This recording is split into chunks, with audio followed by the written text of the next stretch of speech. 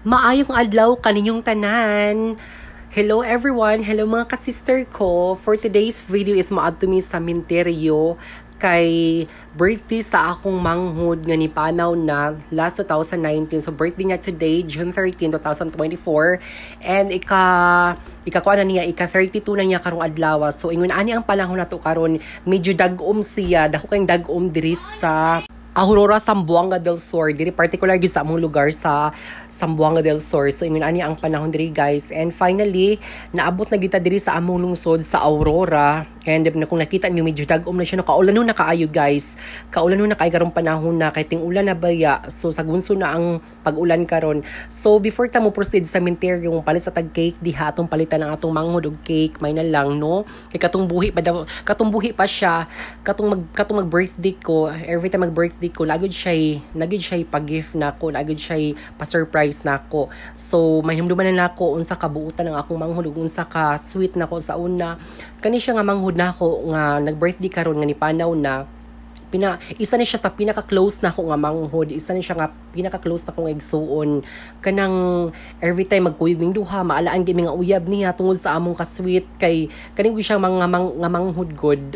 Buutan kayo ba? Grabe ka respetado. So mopalit og cake diha guys, and kaning Darling's homemade goodies nga cake, mao gini siya pinakasuki na ako nga palitan ng cake. Lami kay ilang cake diha, no? Lami jud kay ilang cake diha. And kung gusto mo order na mo diha guys. And so padayon ta sa unahan, naabot na mi diri sa Minteryo, and then no palit tag bulak diha para dado nato dito sa lubong sa akong manghod. Of course, ato sang palitag bulak diha para special pud ang birthday sa akong manghod, no? Atong palitag bulak diha og kandila kay naa may display diri sa Minteryo good na may suki diri nga palitan ng bulak, and daghan pong maninda diri kada adlaw. So mo nang di na kay kumaat og layo para mo palit og bulak diri na lang ko ditso na lang.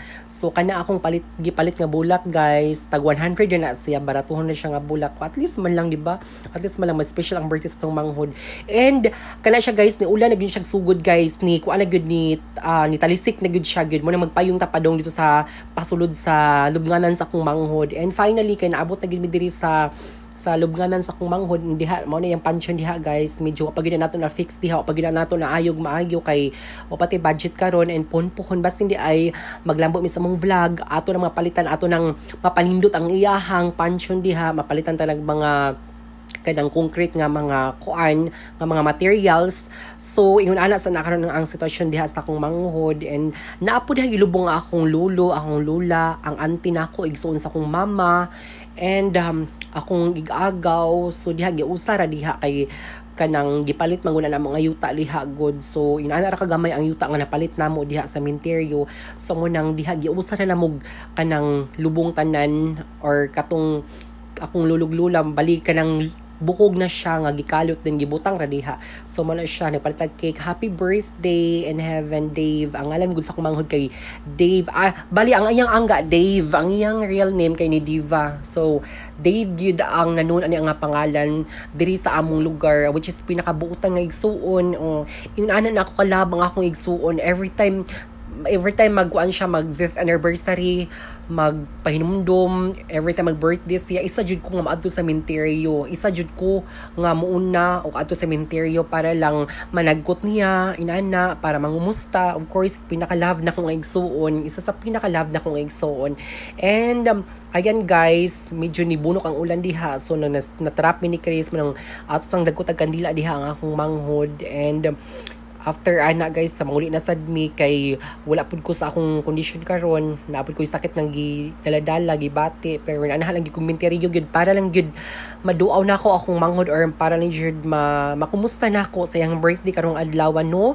Inaana ko ka supportive, inaana na ako kalabang akong manghod ganyan ni panaw na.